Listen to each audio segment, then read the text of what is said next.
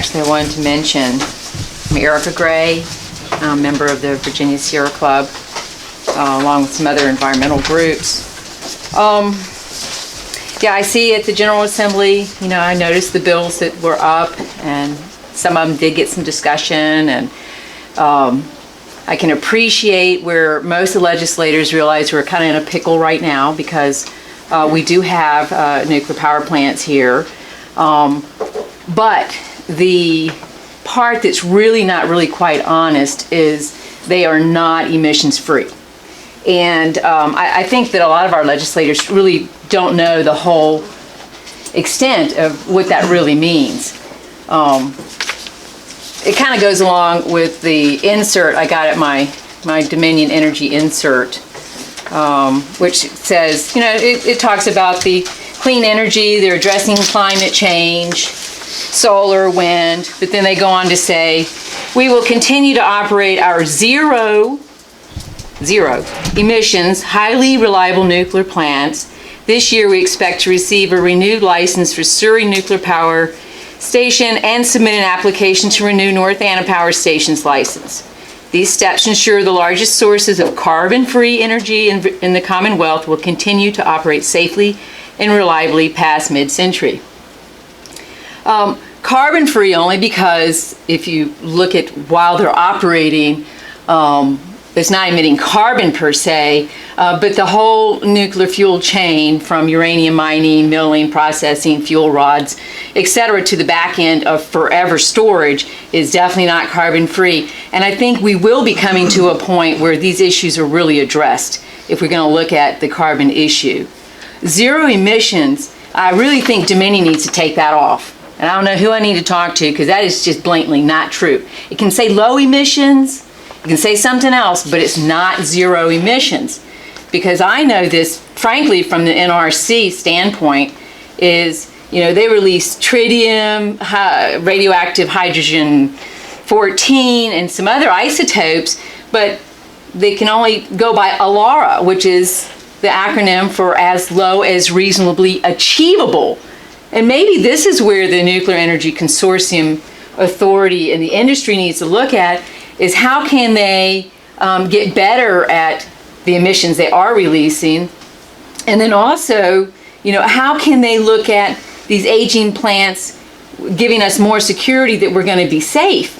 Everybody always touts on the on France being like, so many of the reactors that they have in reliance. But the latest report out of France is they're actually starting to downsize. They're closing one of their first nuclear power plants because of aging, and they're looking at going down from the 70% down to 50%, I think, by 2030 because of the issue of aging. I've read one report that said we've done one annealing project on a nuclear reactor, pressure vessel itself, from the cracking issues. And so we don't really know long term if that's going to be really viable. I think from the standpoint of what this industry needs to do, since we're going to be full speed ahead on license renewal, is for the engineers and the people in this industry to come up with these technologies to actually check. I did see that there was an advancement where they're able to take these cameras down through the water and it's assessing the walls for the textures and whatnot. But it sounds like, we're not, I'd like to know if we're even doing that to do these renewals that we're passing here in Virginia for Surrey or for North Anna, because I haven't gotten any answers at all to exactly how we're doing that. Because when you look at some of the literature on how we're passing, it's kind of like the last extension. I don't see a whole lot of difference. And I also noticed that we're literally postponing some of the assessments until after we get the license. And I don't understand why we're doing that. If France is worried about the cracking and closing down the reactors, they're actually younger than ours. It makes me wonder what kind of situation we're going to get ourselves in, what kind of pickle. The other issue I wanted to mention is, the earthquake issue. You know, of course, I'm not real good with my phone, but I did see here that, of course, y'all might be aware that we had one about a week ago. So we've had none in the 24 hours, one in the past 7 days, one in the past 30 days, and 25 in the past 365 days. You know, no matter what anyone says, it's a matter of allowed to be built, a reactor, 2 of them, you know, in the Virginia seismic zone. We know that it's on an ancient fault, and people can say, well, it's been inactive for 1 million years. It's a risk, but the risks are very large.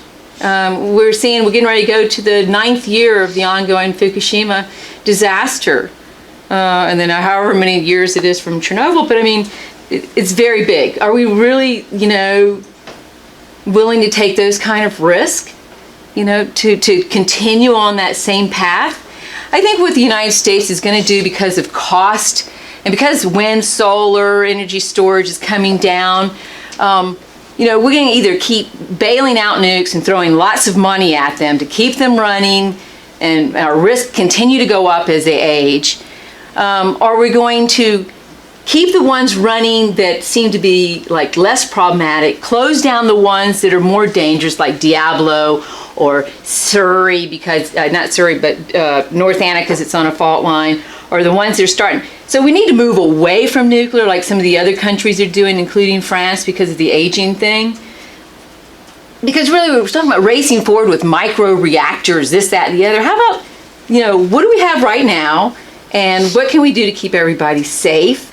And what technologies can this industry do to actually help with assessment, or maybe help with Fukushima, or, you know, move forward in that way, especially the canisters and stuff for waste. It's not going anywhere anytime soon. So, you know, I think the public needs and deserves more, you know, more security than just saying, okay, we're going to get funding, let's move forward with more nuclear. I don't know that what we have here is really up to snuff, because I don't think we're doing all the testing we should be doing. And so I'm very concerned with that. And, you know, I want to make sure that in the long run, that this industry is going to do anything. What are we going to do with the waste? You know, we can't just pop it into a hole in the ground. That's just ridiculous. We can't do that. So if there's going to be any advancements, maybe, you know, figure out what we can do with the waste long term. Right now, one of the biggest threats I've read about is not that one of our plants, you know, has a major problem, but all the spent fuel pools around the whole country have been re-racked and re-racked because they never were originally designed to hold the amount of fuel they're holding right now. And so if there is a problem, I mean, it could be a very big disaster. So what the industry should be doing is really start unloading some of those spent fuel pools and putting them into dry storage, because those have been proven to be a lot safer than having these spent fuel pools incredibly overpacked. So wind, solar, I'm glad Dominion's moving forward with their wind project and solar projects. That's great. But long term, I hope they concentrate in that area.